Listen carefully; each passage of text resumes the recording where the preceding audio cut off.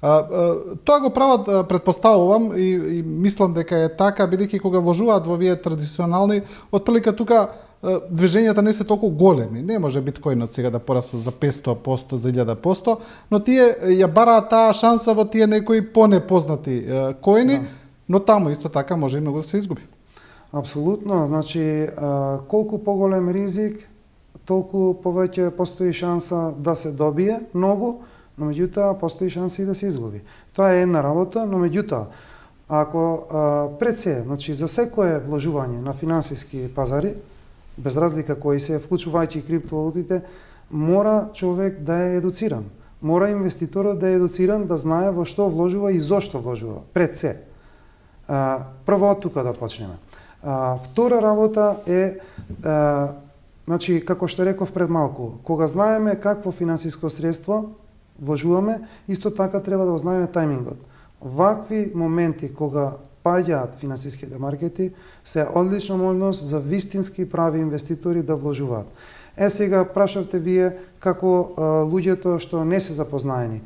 Они ќе мора да продолжат со едукација и исто така да следат луѓе што пред се ја зборуваат вистината и луѓе што прават анализи вакви.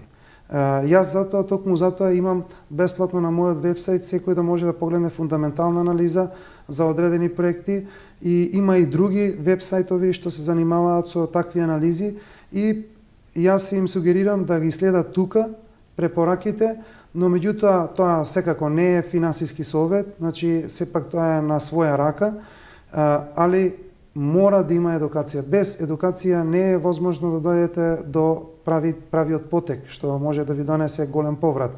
Проблемот денес е што, ако гледаме кај криптосветот, 90% луѓе што инвестираат во криптовалути не се едуцирани.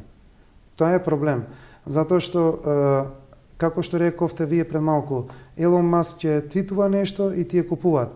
Сериозен инвеститор не следи дали некој твитнува и што твитнува. Апсолутно. Значи, треба да се направи анализа и треба да се погоди тајмингот. А инаку, има денес околу 20.000 криптовалути. Криптовалути и понатака ќе излагат доста и понатака ќе пропаѓаат доста. Затоа што треба да се види, како што реков, кога правиме анализа, гледаме одржливоста, технологијата, иновацијата, тие работи се многу битни да се видат. Значи, ако погледнете вие денес топ 50 листа на криптовалути, според маркет капитализација, вие ќе видите дека инвеститорите, поголемиот дел од нив во криптоиндустријата, буквално не се едуцирани. Замислете, ние имаме меме токени во 50, топ 50.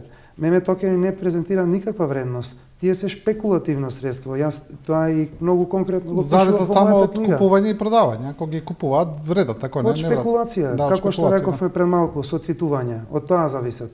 Но меѓутоа, кога ќе најдете добар проект што има иновација, што има соодветна технологија, затоа што пред се морам да прецизирам.